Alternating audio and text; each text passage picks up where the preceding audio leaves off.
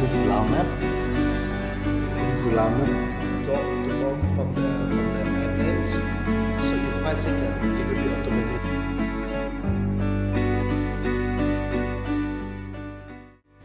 Beyond the temples and the vibrant markets of Vientiane lies a place that offers a profound and sobering glimpse into Laos's enduring resilience.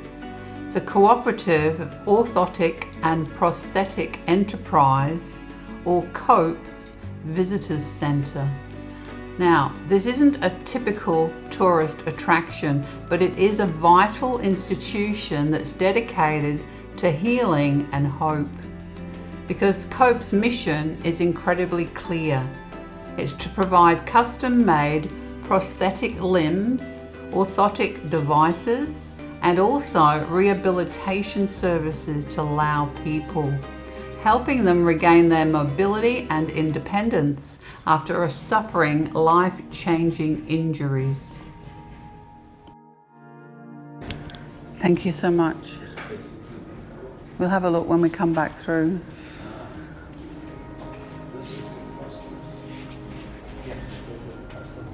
So here, this type of bomb is the most of the custom bomb.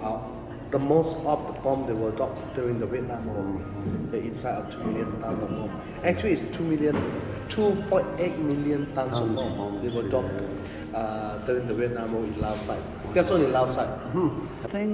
So this is how it works. So actually, those of the small custom bomb here is contained inside of the carpets. Yeah, it's inside the 2 pieces in the top here. And then when the pilot they dropped the bomb from the island. The reason for COPE's existence traces back to one of the most tragic chapters in modern history. Because during the Vietnam War era, from 1964 to 1973, Laos became the most heavily bombed country per capita in history. Over 2 million tons of ordnance were dropped, with millions of cluster munitions falling to detonate on impact. Now, this legacy of unexploded ordnance, or UXO, often called bombies, remains hidden across the country today.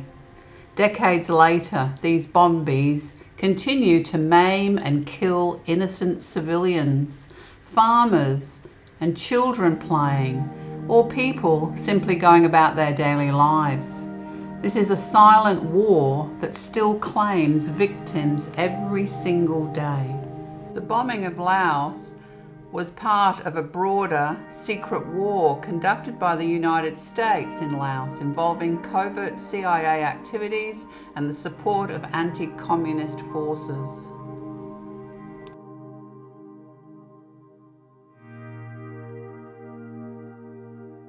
So in front of us here is a Lao map.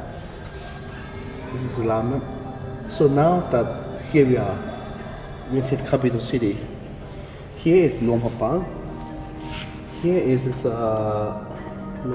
Bogel. Bogel is opposite side with the Chiang Rai. Chiang Mai is right here. Yeah, Chiang Rai is here. Chiang Rai.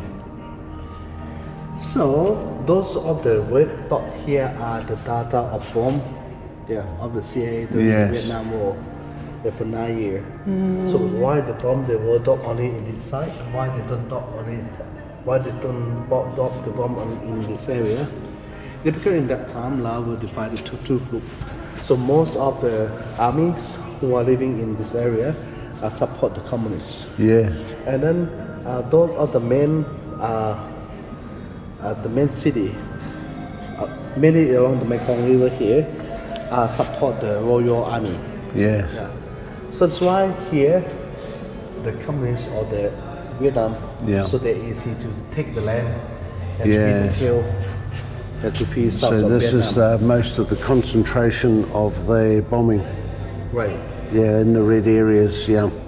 So that's why during for 9 years the CIA they have to use the base in Thailand. In this Thailand, in every 8 minutes. So they use the pilot to carry the bomb to fly over to Vietnam and Laos side. Whatever they see, So it's only 8 minutes from here. They cross, yeah. Every 8 minutes. Every 8 minutes. So they fly over day and night. Wow. 24 hours.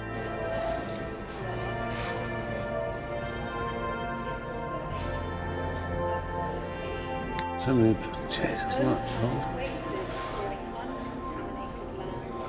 270 million cluster bomblets were dropped part of this bombing campaign. The covert operation of bombing Laos was initiated in 1964 and focused on bombing the Ho Chi Minh Trail and other areas in Laos to hinder the flow of supplies and troops to South Vietnam.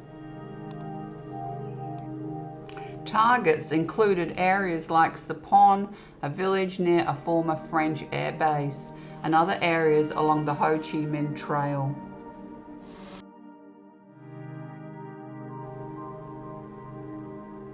Lao farmers gamble with death every day, as they could die at any moment while farming their fields and coming into contact with the remains of active bombs from the Vietnam War era.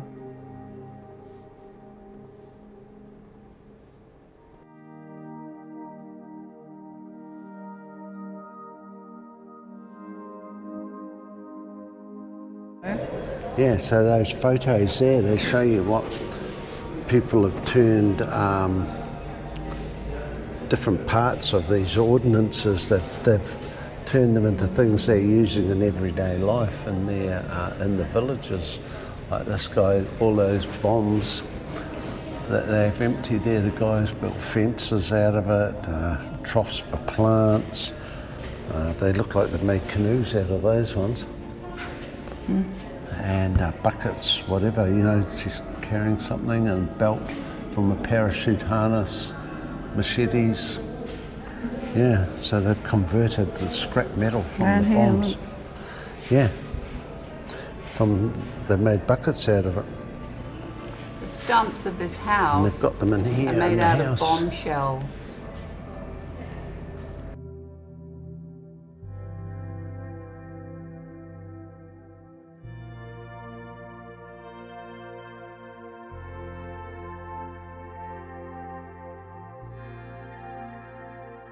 Yeah, so they've made spoons and all of these things here. They're all made out of from parts from the bombs.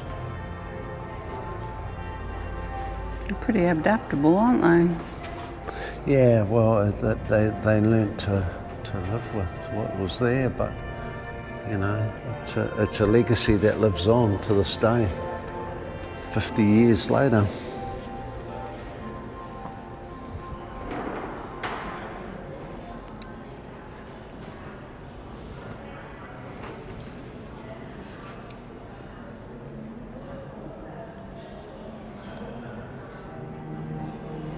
This part out here is pretty freaky. It's that of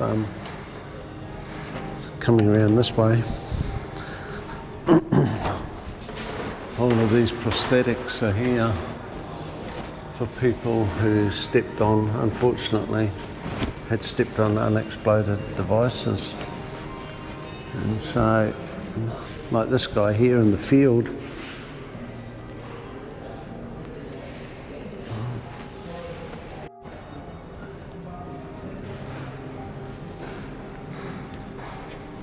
all of these people have been affected in some way by the Cope Visitor Centre does an exceptional job of educating and raising awareness. Through these powerful exhibits, personal testimonies and informative displays, you gain a deep understanding of the problem and of the incredible work being done here.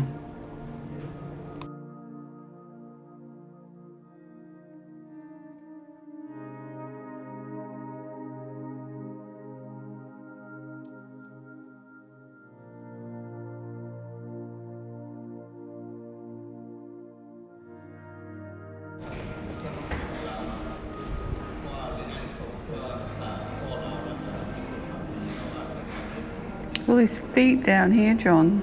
Look. Just watching these kids that have all been blown up. A little video here of them.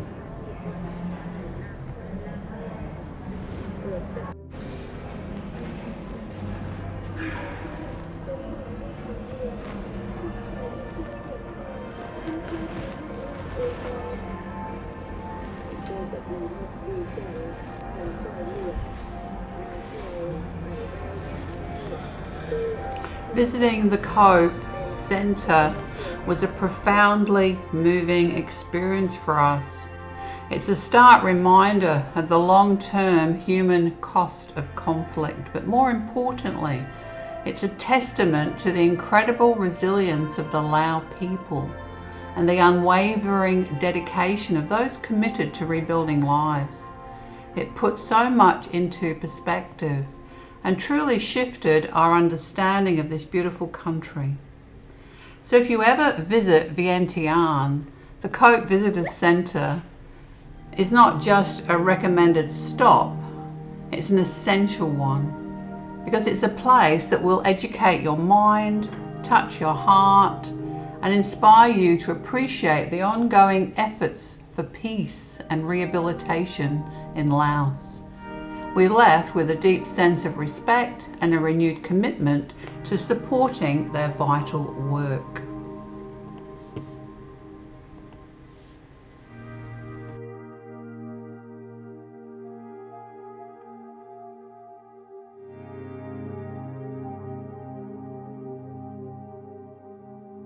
And maybe they use the stick to corn the dynamite inside out. Yes. But they stick to the metal too heavy until it become hot and explode.